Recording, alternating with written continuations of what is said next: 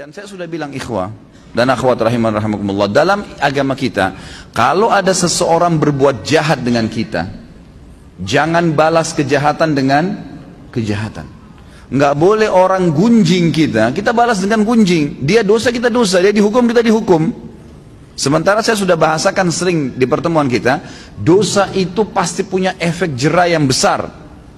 Kalau kita mencuri 1 juta, hukumannya bukan Allah akan ambil 1 juta dari kita, tapi Allah akan buat kita masuk rumah sakit dibiayai 100 juta. Efek jera dari 1 juta yang dicuri.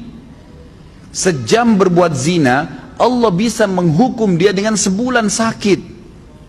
Mungkin dia sempat menendang seseorang karena dia anggap dia punya power, atau seekor kucing yang jalan di jalanan karena menganggap iseng, kucing itu nggak ada apa-apanya, nggak bisa melawan saya, ditendang.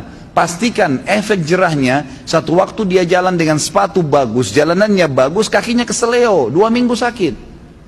Efek jerah dosa itu besar, gitu kan?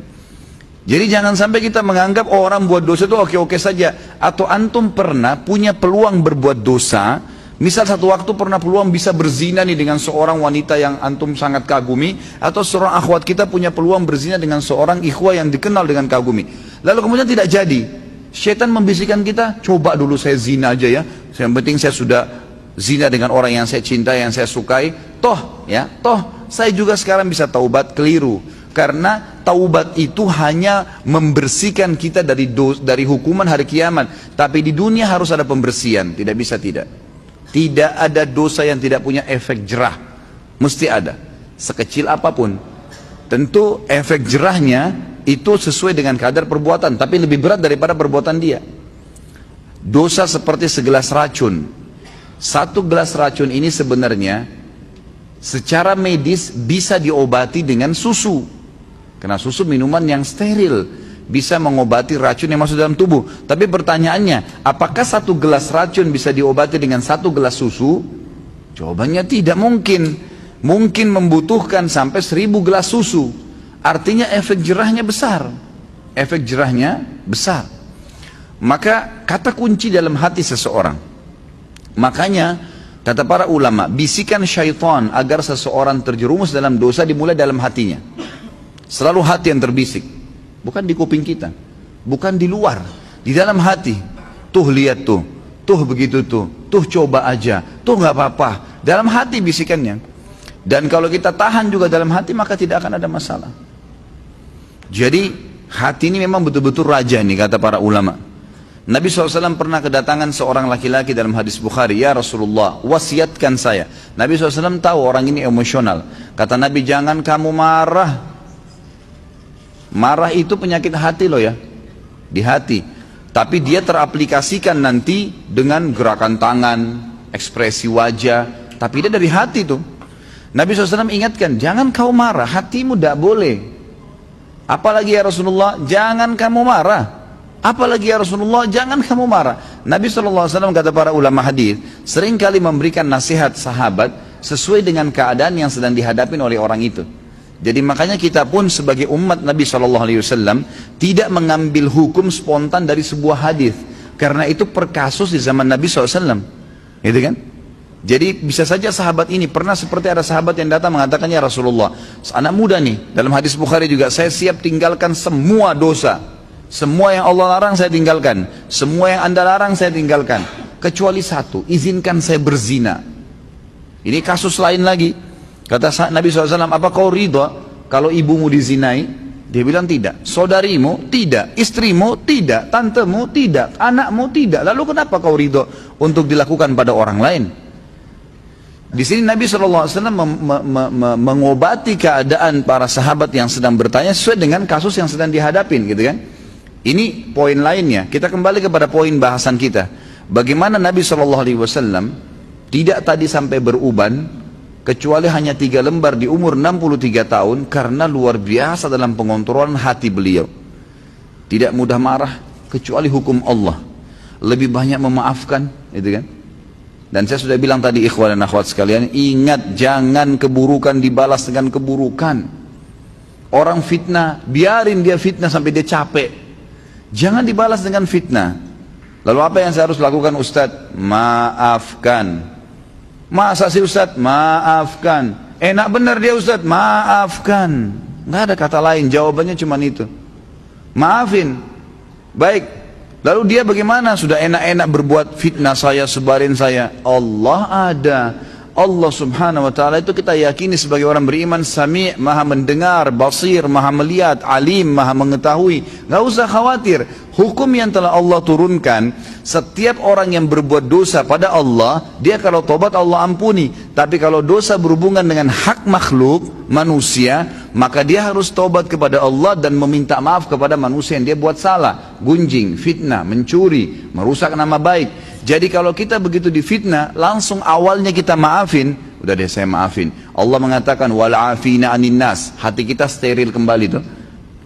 Kita mendapatkan pahala karena menjalankan perintah Allah dan Rasulnya, gitu kan? Dan dia selama dia dalam hukum Allah yang kita yakini, dia selama tidak minta maaf dengan kita, hukuman Allah tetap datang pada dia. Gak usah khawatir, gitu kan? Apa yang kita mesti khawatirkan? Toh dia akan dihukum sama Allah kok. Orang tadi yang menendang kucing dengan menganggap oh kucing ini gak bisa buat apa-apa, pasti Allah SWT datangkan hukumannya. Jadi kalau antum tiba-tiba jalan baik-baik saja, sepatunya baru, jalannya bagus, tiba-tiba keseleo, coba muhasabah tuh. Biasanya kata ulama, Allah subhanahu wa ta'ala pada saat mendatangkan sebuah hukuman kepada seorang hamba, itu Allah lintaskan di benak dia dosa yang dia lakukan. Subhanallah. Misal ada orang tadi keselio, pada saat dia keselio, aduh sakit, itu terlintas pada saat itu atau beberapa saat setelah itu, apa yang menjadi penyebab dia keselio? Kalau dia jeli dia bisa tangkap tuh. Oh ternyata dulu pernah ada orang yang saya tendang nih, pernah mencuri sepatu, pernah apalah gitu kan, pelaku-pelaku yang dilakukan, maka datang hukuman tersebut. Orang kalau masuk rumah sakit tiba-tiba kemudian dirawat di rumah sakit selama 3 hari harus dirawat, demam berdarah atau penyakit apa saja ya.